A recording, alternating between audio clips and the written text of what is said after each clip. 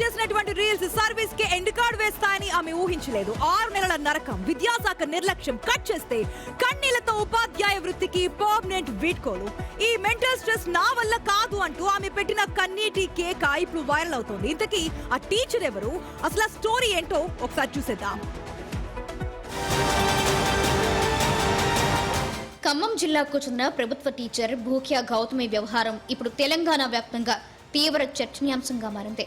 కొన్ని నెలల క్రితం స్కూల్ వేళల్లో సోషల్ మీడియాలో రీల్స్ చేస్తూ విధుల్లో నిర్లక్ష్యం వహిస్తున్నారనే ఆరోపణలతో విద్యాశాఖ అధికారులు ఆమెను సస్పెండ్ చేశారు. అయితే ఆ సస్పెన్షన్ వేటు తన జీవితాన్ని ఈ స్థాయిలో మలుపు తిప్పుతుందని ఆమె ఊహించలేదు.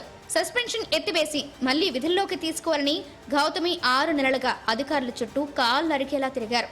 తన వివరణ ఇచ్చేందుకు, తప్పులను సవరించుకునేందుకు అవకాశం ఇవ్వాలని కోరినా ఎలాంటి సానుకూల స్పందన రాలేదు. 6 నెలలుగా ఎదురు చూసి వేసారిన గౌతమి ఆఖరికి సంచలన నిర్ణయం తీసుకున్నారు.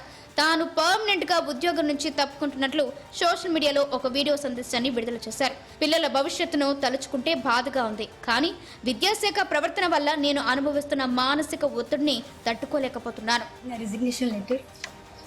రిజైన్ చేసేసాను జాబ్కి. సో నా రిజిగ్నేషన్కి సంబంధించినటువంటి రీజన్స్ ఏవైతే ఉన్నాయో ప్రతిదీ కూడా నేను షేర్ చేసుకోవాలనుకుంటున్నాను. ఎందుకంటే ప్రతిదీ మీతో నేను షేర్ చేసుకుంటాను. ఆ విషయం మీకు బాగా తెలుసు. చాలా కష్టపడ్డాను ఉద్యోగం కోసం. ఒక పేదరికంలో పుట్టిన బిడ్డగా, ఒక గిరిజన బిడ్డగా చాలా కష్టపడ్డాను. నా భర్త సపోర్ట్ తోటి ఈ జాబ్ సంపాదించాను. పేద పిల్లలకి సహాయం చేయాలని కష్టపడి ఉద్యోగం సంపాదించాను. రీల్స్ సరదా ఒక ఉపాధ్యాయురాలి కెరియర్ను ప్రశ్నార్థకంగా చేస్తే అధికారుల అలసత్వం ఆమెను ఉద్యోగాన్ని వదిలేసేలా చేసింది. సో ఆత్మగౌరవం దెబ్బతిన్నప్పుడు అది ప్రభుత్వ ఉద్యోగమైనా నాకు అవసరం లేదు. ఆ సమయంలో అధికారులు చాలా అవమానించారు అని అంటుంది ఆమె. కన్నీటి పర్యంతమైంది.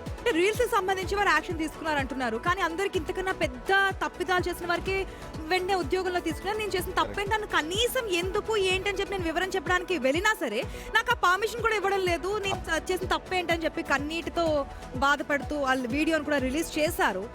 రైట్, ఏం జరుగుతుంది ఏంటో చూద్దాం.